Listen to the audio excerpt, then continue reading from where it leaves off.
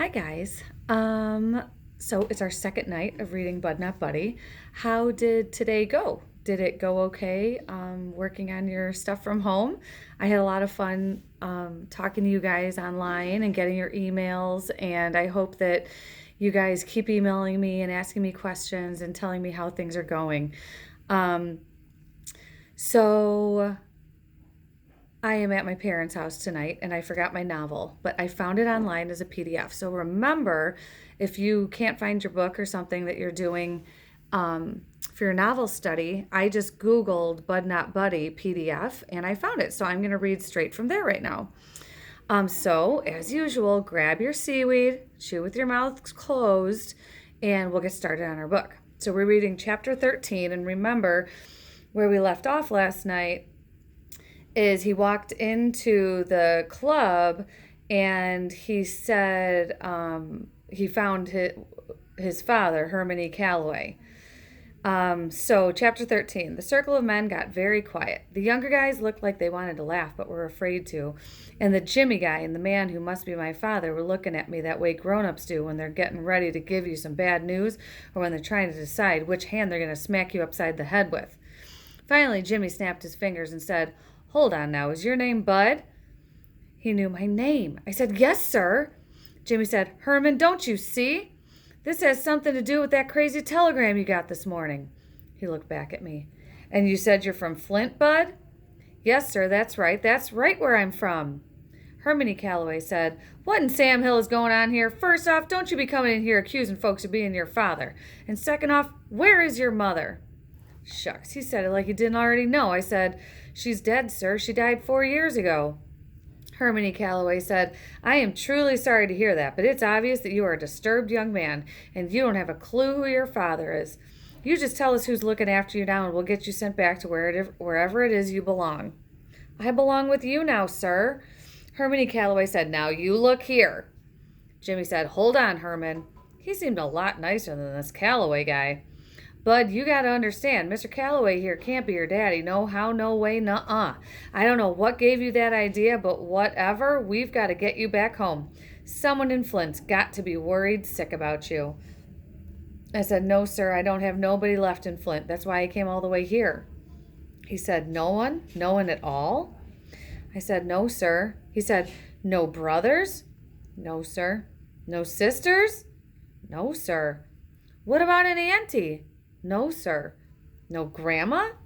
"No, sir." Shucks, it looked like this guy was going to go over my whole family tree, but he whistled and said, "So were you living in an orphanage?" Uh-oh. I had to be careful how I answered this. One wrong answer, and I could tell that these guys are ready to give me up to the cops or give me a one-way ticket back to the home. I said, "Well, sir, I had some problems with some folks that were supposed to be looking after me. And after I hid their shotgun and poured water all over their Todd Amos, I busted out of the shed and had to go on the lam. And then I thought it was about time I came and met my father because it's been—" He raised his hand to stop me. "That's fine, son, but just answer what I asked you. What orphanage were you in?" "Well, sir, I used to be in a home, and then I wasn't, and then I was with some people that were kind of mean, and then I tried to find Miss Hill, but she moved all the way to Chicago, and that was too far to walk, so—" He raised his hand again to shut me up. "Hold on, Bud. Do me a favor. Go wait by that door for a minute." He pointed to the side of the stage. I walked over and waited to see what was going to happen. I tried pushing the door open a little bit in case I had to make a quick escape, but it was jammed tight. I'd have to leave out of the same door I came in. The man named Jimmy and the guy who had to be my daddy started whispering. After a while, Herman E. Calloway raised his arms and said, "Hey, but don't forget, this is your little red wagon. You pull it if you want." Jimmy said, "Fair enough." He waved me back onto the stage. "Bud," he said, "you look like you might be a little hungry, so I'll tell you what we're going to do. We're all done rehearsing, and we're about to head over to the Sweet Pea. You're invited to come along under one condition." "What, sir?" "Once you get something in your belly, you've got to be straight with me. You've got some explaining to do. We'll feed you, but you got to tell us the truth. Do we have a deal?" He stuck his hand out for me to shake, but I wanted to know what I was getting myself into. "What's the Sweet Pea, sir?" "Best restaurant in Grand Rapids." "Is it a deal?" I don't know how grown-ups can tell I'm always so doggone hungry, but I sure wasn't going to turn out getting my first real restaurant food. I grabbed his hand and made sure I gave it a hard squeeze like Mama told me to and said, "Yes, sir. Thank you, sir." He smiled. "No problem." Hermione Calloway said, "Well, James, like I said, if he's going to be doing some explaining, it's got to be to you. I don't need to listen to this scamp's nonsense while I'm trying to digest my supper." He stuck a pipe that wasn't lit into his mouth and walked off the stage. Shucks, if my father had to be so doggone old, I was starting to wish that Lefty Lewis or this Jimmy guy were him. Hermione Calloway seemed like he was going to be hard to get along with. The horn player said, "Little man, my name is Jimmy Wesley. You can call me Mr. Jimmy." "Yes, sir." He pointed at the younger men. "The drummer there is Doug the Thug Tennant. The sax man is Harrison Eddie Steady Patrick." The saxophone player said, "Oh man, it's not Eddie Steady, it's Steady Eddie. Steady Eddie Patrick." Mr. Jimmy said, "Uh-huh. And on trombone we have Chug Doo-Doo Bug Cross. And the palest member of the band on piano is Roy Dirty Deed Breed." He shook his head again and said, "Lord knows why these young musicians can't just leave the perfectly good names their mamas gave them alone, but for some reason they can't. Anyway, fellas, this here's Bud. What was your last name, Bud?" "Caldwell, sir." "This here's Bud Caldwell. He's going to be our guest over at the Sweet Pea for dinner. You all say hello to the little man and make him feel comfortable." The thug said, "What's the word, Bud?" Dirty Deed said, "How you doing?" Doo-Doo Bug said, "Welcome, little stuff." Steady Eddie said, "Good to meet you, my man." I said, "Pleased to meet you." Mr. Jimmy told them, "All right, he'll ride over there with you four. Me and Herm will meet you there." The sax man, Steady Eddie, said, "All right, Mr. Jimmy, we'll finish loading up." The Jimmy guy went out the front door. The sax man told me, "Come on, little man. If Mr. Jimmy's going to spring for your supper, the least you can do is help load the car. Grab that case over there and pull it in the trunk of the Buick out back." He pointed to a long, skinny black suitcase that had a leather handle on top of it and said, "And be careful. That's my bread and butter in there."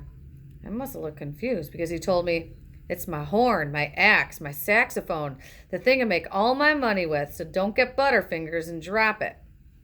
I said, "Oh, yes, sir." The trombone man, Doo-Doo Bug, said, "One thing you're going to have to drop, though, is all that stuff. The only two folks around here old enough for you to be calling them sir are Mr. Jimmy and," he winked, "your long-lost dear old daddy." The whole band busted a gut laughing. The thug guy said, "I'm going to let you in on a little secret, my man. I think the only reason Mr. C is denying he's your daddy is 'cause you went and hurt his feelings." "How? I didn't do nothing to him." "There it is. That's just what I mean. Here you two are getting together for the first time, and you didn't show the man no love." He looked over at Doo-Doo Bug. "Bug, did you see any love being passed from this boy to his daddy?" Doo-Doo Bug said, "You leave me out of your nonsense." The thug kept going. "Shoot, man, seems to me like you should give the man his props. Seems to me like you should have given the man a whole lot more affection. You see, I know Mr. C better than most folks do. I know that beneath the cold-hearted, evil, wicked, nasty, mean—" Doo-Doo Bug said, "Don't forget cheap. Cheap's got to be in there somewhere." The thug said, "You know, cheap's right up high on the list. But as I was saying, beneath all that festering nastiness is a tender, kind, loving human being. Why, I'd bet you dollars to donuts that he's outside right now sitting in that Packard sobbing openly about how you shunned him. When you get to the Sweet Pea, rush right up on him. Give him a big hug. Yell out, 'Daddy!' Then plant a big juicy kiss right on the top of his shiny bald head. Shoot, you do that and you'll be in his will so quick your head will spin." I put this thug guy on my list of people not to pay any mind to. Hermione Calloway seemed like the kind of person that would rather get bit in the behind by a snaggletooth mule than have somebody give him a kiss. Steady Eddie said, "Let's not get the little man killed before he's had a chance to eat, Thug. Son, I hope you've got enough sense to let what he's telling you go in one ear and find the nearest exit. You just steer clear of Mr. C for a while. He's not someone you want to toy with, and for God's sake, whatever you do, don't call him Daddy or Papa or anything that's going to give anyone the idea you two are kin. You hear?" These guys really thought I was dumb. I said, "Yes, sir, but isn't it just like my luck to come clean across the state to find my daddy and it turned out to be a mean old coot?"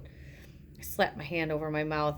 I knew better than saying something like this out loud, but it just fell out of my mouth before I could swallow it down. This was Bud Caldwell's Rules and Things to Have a Funner Life and Make a Better Liar Out of Yourself, number 63. Rules and Things, number 63. Never ever say something bad about someone you don't know, especially when you're around a bunch of strangers. You never can tell who might be kin to that person or who might be a lip-flapping big-mouth spy. Sure enough, the drummer, the thug guy, started acting like he was writing stuff down on a piece of pretend paper. He said, "Let's see, that was mean old coot or old mean coot? Shoot, baby, if I dropped some info like this on Mr. C, I might be able to stay in this band longer than the last 3 drummers did. You see, kid, you ain't the only one trying to get on Mr. C's good side. This is the best drumming gig in the state, and I got it, and I need to hang on to it as long as I can." I wasn't sure if this drummer guy really was a dirty dog or if he was just a big teaser. Whichever way, I'd have to work real hard on remembering rule and thing number 68. Or was it 63? "Steady, Eddie said. Thug, you're going to have to lay off the kid's chops. The little man's got problems enough, and he sure don't need to have you meddling with him. Let's get that car loaded. Me and, what's your name again, kid?" "Bud, not Buddy. Just Bud, not Buddy." "Right. Me and Bud Not Buddy are too dang hungry to hear any more of your lip." Of all the dusky devastators of the Depression or the Nubian Nights, Steady Eddie is my favorite. We loaded a bunch of funny-shaped black suitcases into the trunk of a big old black Buick, then climbed in. I got in the back seat and sat between Dirty Deed and Steady Eddie with my suitcase on my lap. Doodoo-Bug got behind the steering wheel, and the thug got in beside him. The thug said, "So, Bud Not Buddy, I'ma come right out and ask what's on everyone else's mind. How'd you find out Mr. C was your daddy?" "My mother let me know." Thug said, I ain't trying to be funny, and I never play the dozens on no one, but let me ask you, was your mama, how can I put this? Was your mama as old as sand when she had you?" Steady Eddie said, "Man, leave the kid alone. You got no call to go prying into his life." I never minded talking about my mama, so I told the thug, "Yes, sir, she was pretty old when I was born." Thug said, "Shoot, I knew she either had to be old or crazy to have anything to do with that man. How old was she, 80? And was she blind?" I said, "No, sir, she was old, but her eyes didn't go bad yet. She was 26 when I was born. No, sorry, she was 20 when I was born, and she was 26 when she died." That news always kills any conversation when you're having with grown folks. The dusky devastators got as quiet as some mice with bedroom slippers on. The only sound you could hear for a second was the keys clinging up against the metal dashboard as Doodoo-Bug turned the car into the front of a little house that had a sign saying the Sweet Pea on it. The thug said, "Things is hard all over, ain't they?" Steady Eddie said, "You're all right, little man. You're a tough little nut. I like that. Most folks your age would be bawling their eyes out if they got teased as hard as that fool drummer was teasing you, but you ain't even close to crying, are you?" I said, "No, sir. I don't know why, but my eyes don't cry no more." Steady Eddie said, "I like that. My eyes don't cry no more. You mind if I borrow that? That sounds like a great name for a song." I said, "No, sir, I don't mind at all." He reached over and rubbed his hand over my head and said, "Yeah, you're all right, little fella. And don't you worry none too much about the thug. Mr. C changes drummers the way most folks change their drawers. What you see in that front seat is a man on borrowed time." Thug said, "Aw, man, what did you hear?" Doodoo-Bug cut the car off and said, "All right, gentlemen, that's enough. Let's go stuff our craws." Okay, so that's the end of chapter 14. What do you guys think?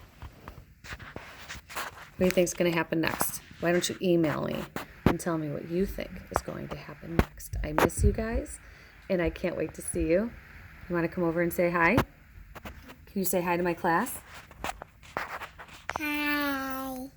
Say hi to my class. Say hi, guys. Hi, guys. All right, guys. I'll see you tomorrow. Stay in touch with me. I miss you. I think you're fabulous, and I can't wait to hear from you. Bye.